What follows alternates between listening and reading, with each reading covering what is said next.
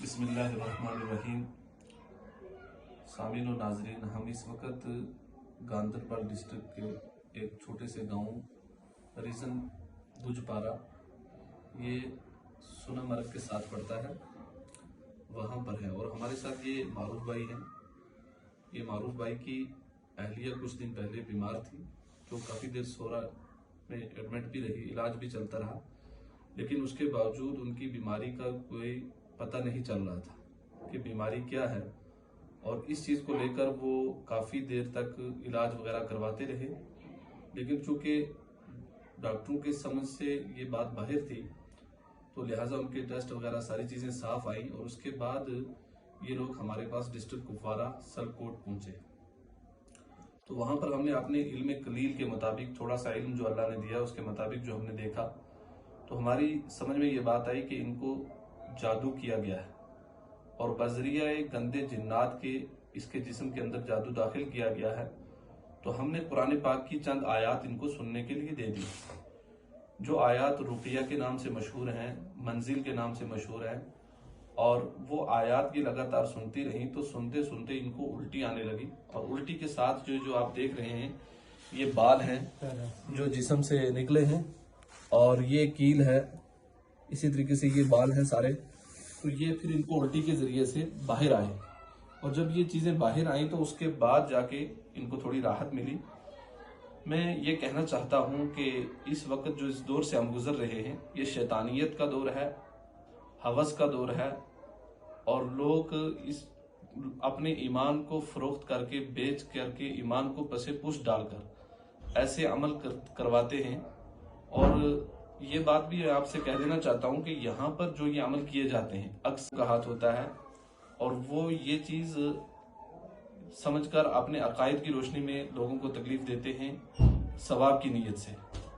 लेकिन किसी भी इंसान को तकलीफ देना जो है, ये परेशान करना, ये ईमान की निशानी नहीं है, क्योंकि हम सब का ईमान है नबी अलैहिस्सलाम की ज़ात पर। और नबी अलैहिस्सलाम का फरमान है,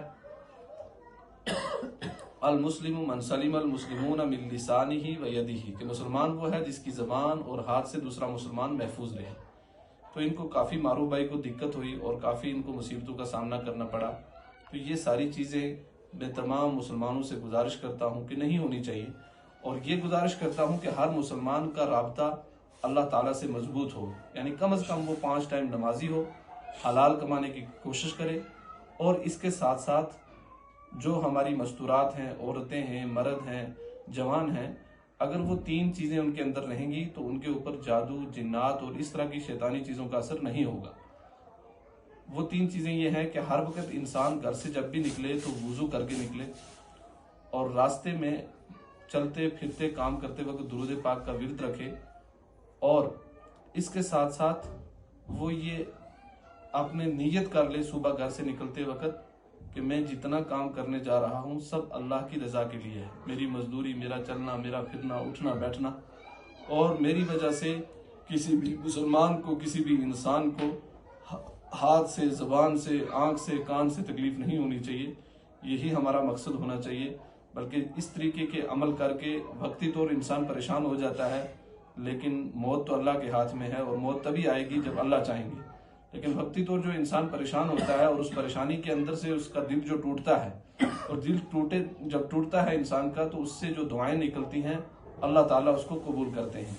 इसलिए बहुत सारे मुसलमान भाई जो है वो परेशान होते हैं, और उस परेशानी के आलम में वो जब ऐसे हालात हों तो उनकी जो बद्दुआ निकलती है, वो बद्दुआ आसमान तक पहुँचती है। और यकीनन ऐसे शख्स के लिए ये जिल्लत का, रुसवाई का और उसकी तबाही का जरिया बनेगी उसकी बद्दुआ। अल्लाह ताला से दुआ गो है कि अल्लाह ताला हम सबको अपने हिफ्ज़ व अमान में रखे, और अल्लाह ताला हमें नबी पाक सल्लल्लाहु अलैहि वसल्लम के तरीके पर, अपने अहकाम पे चलने की तौफीक अता फरमाए। वमा तौफीक़ी इल्ला बिल्लाह।